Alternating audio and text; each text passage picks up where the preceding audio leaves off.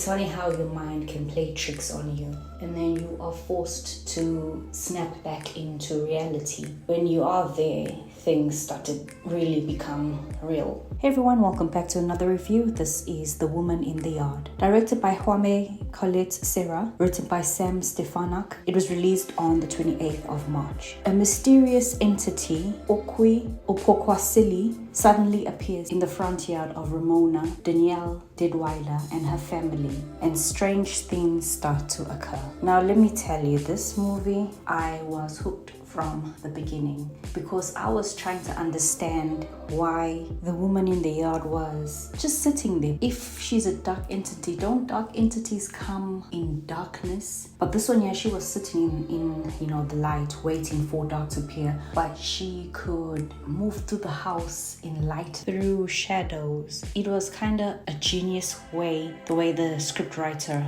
wrote the script. Ramona and her husband get into an accident. She's the only survivor. Somewhere along the line, she was obviously guilty of what had occurred, and I don't know if she was trying to kill herself, because that's not what I got. It was only revealed when the woman in the yard said, "I'm the one who you've been waiting for." Anyway, this woman ends up telling the kids what actually happened, and she was trying to kill Ramona.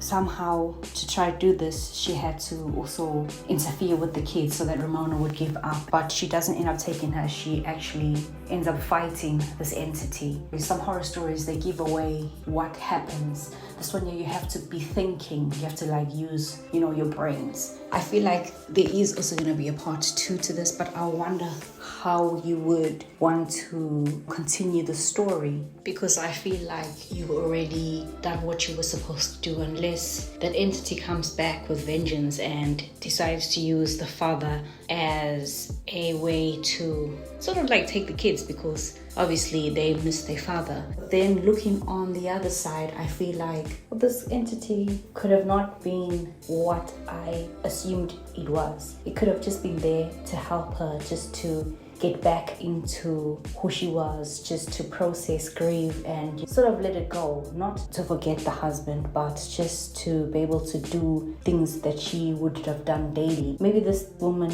in the yard was a way of her taking control of her mind and just taking control of her life. Has anyone seen this movie? What did you think of it? Let me know, and I will see you in the next review.